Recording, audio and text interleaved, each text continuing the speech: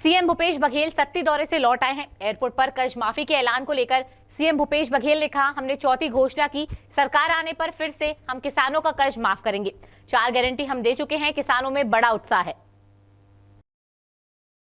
कर्ज माफी को लेकर पूर्व सीएम रमन सिंह के ट्वीट और बीजेपी के बयान पर सीएम ने कहा, जैसे पिछले समय किए थे उसी तर्ज पर होगा, फिर शंका क्यों हो रही है? मतलब ये लोग कुछ करेंगे नहीं, सवाल इसलिए कर रहे हैं क्योंकि विपक्ष में रहना चाहते हैं। जितना किसान मजबूत होगा, अर्थव्यवस्था उतनी ही मजबूत होगी। मंदी का असर छत्तीसगढ़ में नहीं रहा। जो पैसा किसानों के खाते में गया वो बाजार में भी आया।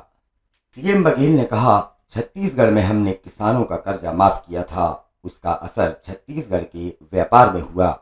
बीजेपी द्वारा मोहला मानपुर की घटना को लेकर राज्य निर्वाचन आयोग में शिकायत किए जाने पर सीएम भूपेश बघेल ने पलटवार करते हुए कहा, पिछले समय आरोप लगाए कि बीजेपी कार्यकर्ताओं की हत्या हुई। मैंने उस समय कहा था कि एनआईए से जांच करा लें। भीमा मंडावी केस में तो एनआईए की जांच की। मोहला मानपुर की घटना अगर टारगेट किलिंग तो एनआईए की जांच करा लें। रोका कौन है? राजनीति न करें।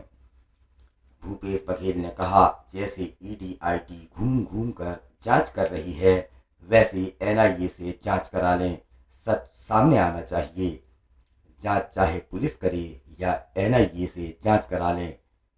किसानों की कर्ज माफी क्या ब्रह्मास्त्र है वाले सवाल पर सीएम भूपेश बघेल ने कहा, हिंसा में हम विश्वास नहीं करते, हम तो खुशी बांटने में विश्वास करते हैं। किसानों के चेहरों पर खुशी है। कर्ज माफी की घोषणा को लेकर बीजेपी प्रदेश अध्यक्ष अरुण साव द्वारा सवाल उठाए जाने पर बघेल ने कहा, अरुण साव का कितना कर्ज माफ हुआ मैं निकलवा देता हूं, अभी कितना होगा उसकी भी जानकारी दे देता हूं। है ना, पिछले 5 साल में बहुत सवाल किए विधानसभा में, सारे जवाब दे दिए गए थे और हमने कहा कि उसी तर्ज पे होगा जैसे पिछले कार्यकाल में हमने किया था। पिछले समय जो 5 साल पहले किया था उसी हिसाब से होगा। मतलब ये लोग कुछ करेंगे नहीं, इनको मालूम है। सवाल इसलिए कर रहे हैं कि उनको विपक्ष में रहना है। धन्यवाद उसके लिए अजय जी को। जो पैसा किसानों के खाते में गया है वो बाजार में आया है। बड़े उद्योगपतियों को यदि पैसा देंगे तो बाजार में नहीं आता।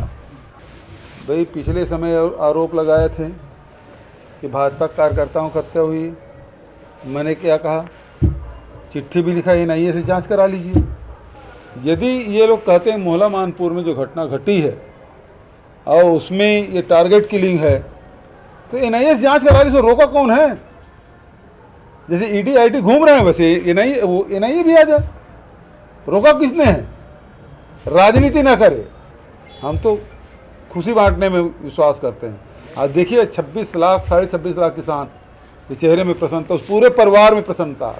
अरुण साहब जी, मैं उसका भी निकालवा लेता हूँ कितना कर्ज माफ़ हुआ है और अभी कितना कर्ज लिया है, कितना माफ़ होगा वो भी बता दूंगा मैं। रायपुर से इंडिया टाउन न्यूज के लिए प्रेम निंबरकर की रिपोर्ट।